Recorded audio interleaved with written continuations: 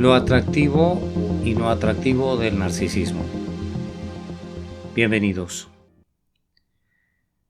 Hoy nos enfocamos en cómo el narcisismo se manifiesta en distintos tipos de relaciones, no solo en el ámbito romántico como suele discutirse, sino en todos los tipos de conexiones personales. Porque, como saben, los narcisistas pueden ser increíblemente buenos para comenzar una relación. Es como si fueran imanes al inicio, lo cual parece curioso considerando su conocida falta de empatía. Esa atracción inicial tiene su propio encanto y apuesto a que más de uno aquí ha caído en ese, entre comillas, anzuelo, al menos en una primera ocasión. Es como si tuvieran un libro secreto de estrategias, pero como cualquier ilusión, eventualmente se desvanece y ahí es donde empiezan las complicaciones.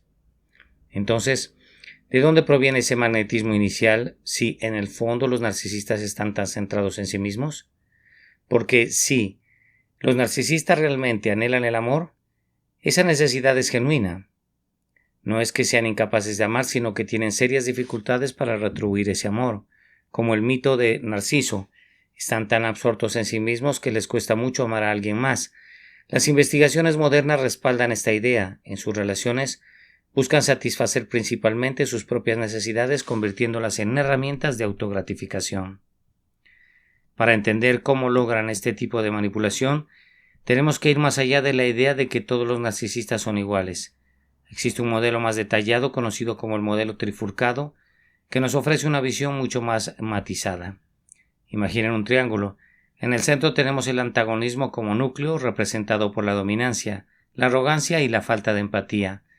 Desde ahí se despliegan dos expresiones principales, el narcisismo grandioso y el narcisismo vulnerable. Diferentes tipos de narcisistas, así es. Imaginen a alguien exuberante, encantador, obsesionado con el estatus, ese es el narcisista grandioso.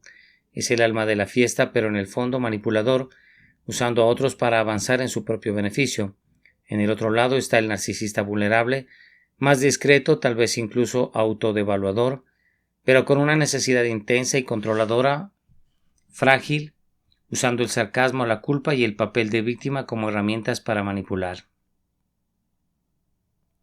Así que, ¿cómo logran atraer a la gente en primer lugar con todo ese antagonismo en su esencia? La realidad es que todos anhelamos conexión, validación, tal vez un toque de emoción en nuestras relaciones. Los narcisistas, especialmente los de tipo grandioso, son maestros en explotar estos deseos, hurgando en nuestras inseguridades de formas muy sutiles.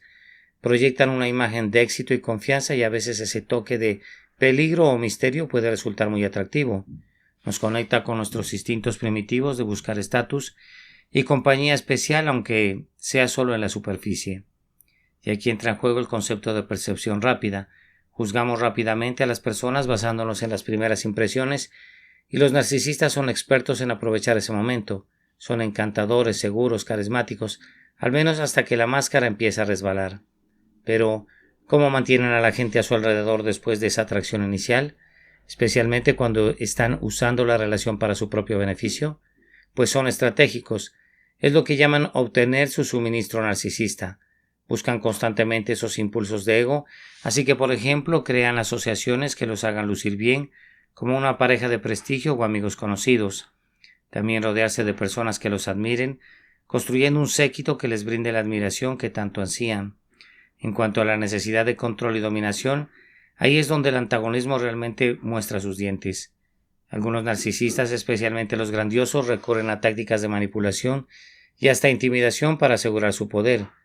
Por su parte, los narcisistas vulnerables pueden emplear la culpa, la manipulación emocional o un constante requerimiento de reafirmación, manteniendo a sus parejas siempre en tensión, como pisando las cáscaras de huevo. Es agotador y todo esto ocurre mientras se mantiene esa atracción inicial, lo que complica aún más el panorama. Hablemos de la investigación sobre el narcisismo y la atracción física.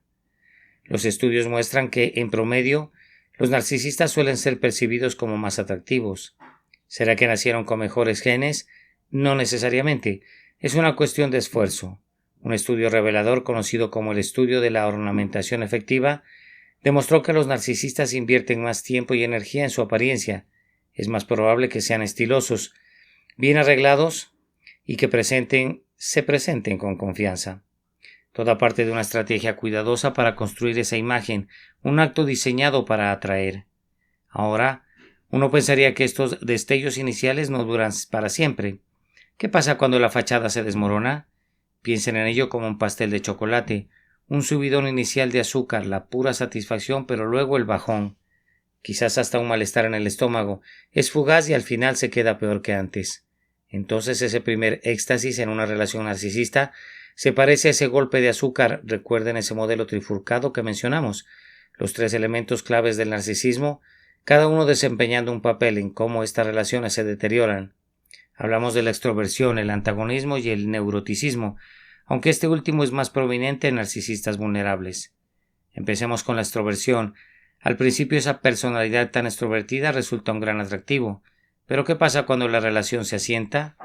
En relaciones normales las personas tienden a encontrar un ritmo, a andar, por decirlo así, a estar cómodos. Pero para los narcisistas es diferente. Necesitan validación externa constante, viven de la emoción, la novedad, la adrenalina de la conquista. Así que cuando las cosas se vuelven rutinarias, se aburren, se inquietan. Es como si su batería de validación interna necesitara recargarse constantemente y con frecuencia buscan nuevas fuentes de suministro emocional para lograrlo. Entonces, no se trata solo de que se acomoden, es que necesitan ese estímulo constante para su ego. ¿Y cómo experimenta esto la otra persona en la relación? Imaginen sentirse como si ya no fueran suficientes, como si el brillo se hubiera desgastado y tuvieran que competir constantemente por su atención. Esto genera inseguridad, dudas, una necesidad constante de demostrar el propio valor. Y claro, esa fase inicial tan cargada de emociones muchas veces oculta las señales de alerta. Hablando de señales, mencionamos el antagonismo. ¿Cómo empieza a revelarse conforme avanza la relación? Ahí es cuando las cosas se ponen realmente difíciles, porque recuerden, el antagonismo se trata de la arrogancia, la falta de empatía y la agresividad. Se vuelve imposible ignorarlo. Aquellos destellos de arrogancia que se vieron al inicio se vuelven un patrón claro. En este punto sus necesidades y deseos siempre van primero. Los sentimientos de la pareja quedan relegados y podrías empezar a notar conductas controladoras, manipulaciones e incluso abuso verbal en algunos casos. Es como una transformación total. El encantador que parecía al inicio se desvanece. ¿Y cómo se manifiesta este antagonismo? Depende del tipo de narcisista. En los narcisistas grandiosos puede ser en forma de estallidos de ira, necesidad de dominar cada conversación, incapacidad de asumir responsabilidades. ¿Y qué hay de los narcisistas vulnerables? Con ellos es diferente, más como un desgaste lento. Pueden retirar su afecto, actuar como víctimas o usar la culpa para obtener lo que quieren. Es una manipulación más sutil pero igualmente dañina a largo plazo, y con su neuroticismo latente pueden volverse bastante volátiles. Esa constante necesidad de reafirmación, esa hipersensibilidad a cualquier crítica crea muchísima tensión e inestabilidad. Entonces, ya sea en forma de explosiones de ira o resentimiento latente, el antagonismo erosiona profundamente la relación. No es de extrañar que en este escenario la confianza y la intimidad se esfuman. Así que, ¿qué ocurre después de una ruptura? Sabemos que estas relaciones rara vez terminan bien y el impacto duradero en quienes han estado con un narcisista puede ser significativo. Se puede experimentar una pérdida de autoestima, sensación de no valer lo suficiente o dudas constantes sobre su propio juicio, preguntándose cómo fue posible caer en sus manipulaciones y si hubo abuso. El trauma es aún más profundo. Ansiedad, depresión e incluso trastorno de estrés postraumático son posibilidades a tener en cuenta. La sanación de estas heridas toma tiempo. En realidad es un proceso algo difícil. Sabiendo esto, ¿cuáles son las señales a observar especialmente al inicio, cuando esas banderas rojas pueden estar disimuladas por todo ese encanto inicial? Esa es la pregunta de 1.000.000. Imagínenlos como si fueran expertos en camuflaje, capaces de mimetizarse con el entorno. Hay que entrenar la mirada para ver más allá de la superficie. Una de las primeras señales a observar es ese sentido inflado de autoimportancia. No estamos hablando aquí de una simple confianza sana. Esto va mucho más allá. Se trata de alguien que realmente cree que es superior, que constantemente habla de sí mismo y de sus logros, a veces exagerando sus éxitos para acaparar toda la atención. Y claro, Este sentido de superioridad suele ir acompañado de una fuerte dosis de sentirse con derecho propio a todo. Esperan un trato especial y se frustran cuando no lo obtienen, mostrando arranques de ira. Otra gran señal de alerta es la falta de empatía en los pequeños momentos, esa incapacidad para conectar con los sentimientos de los demás. Es posible que interrumpan constantemente, hablen por encima de ustedes, desestimen sus preocupaciones y observaciones. Parece que no soportan que otra persona tome un poco de atención, aunque sea por un segundo.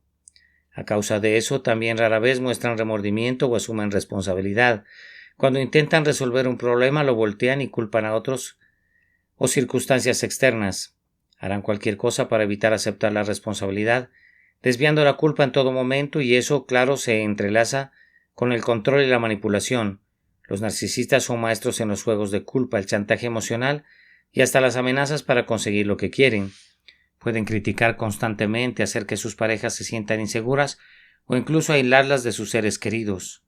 Algunos recurren a algo llamado bombardeo de amor o love bombing, inundan a sus parejas de afecto desde el principio, con halagos excesivos y grandes gestos. Es embriagador, pero a menudo es solo una estrategia para crear un vínculo fuerte y manipular más adelante. Así que todo está calculado, jugando con nuestras necesidades básicas de atención, validación y afecto, pero todo es condicional solo mientras sigan alimentando su ego. ¿Cómo podemos protegernos ante todo de esto? Confíen en su intuición. Si algo no se siente bien, si las palabras y las acciones no coinciden, si se sienten agotados o manipulados, presten atención. No ignoren esas señales de alerta y una vez que detecten esas señales empiecen a establecer límites claros. Comuníquenle sus necesidades y no teman decir no o alejarse de cualquier cosa que se sienta insalubre o irrespetuosa. Se trata de recuperar su poder y no ser una ficha en el juego de alguien más. Ustedes merecen estar en relaciones donde se sientan respetados, valorados y amados por quienes son, no por lo que puedan ofrecer al ego de alguien más. A veces estamos atraídos hacia ciertas personas debido a nuestras propias inseguridades. Quizás buscamos inconscientemente parejas que reflejen nuestras propias carencias. Finalmente, debemos comprender su propio bagaje emocional, su estilo de apego, pues esto es increíblemente liberador. Puede esto ayudarnos a liberarnos de esos ciclos insalubres. Recordemos reconocer estos patrones ya sean en nosotros mismos o en otros, y mientras navegan las veces traicioneras aguas de las relaciones, recuerden confiar en su intuición. Establecer esos límites y priorizar su propio bienestar. Nunca subestimen el poder del autoconocimiento. Cuando comprenden sus propios patrones, sus vulnerabilidades, pueden liberarse de ese vicio al narcisista y construir relaciones que realmente nutran nuestras almas. Gracias por su especial atención y gracias anticipadas por ese like que pueden dar a este podcast y de hecho suscribirse al mismo ayudará más para que sigamos subiendo videos en este canal. Nuevamente, mil gracias, un abrazo y hasta pronto.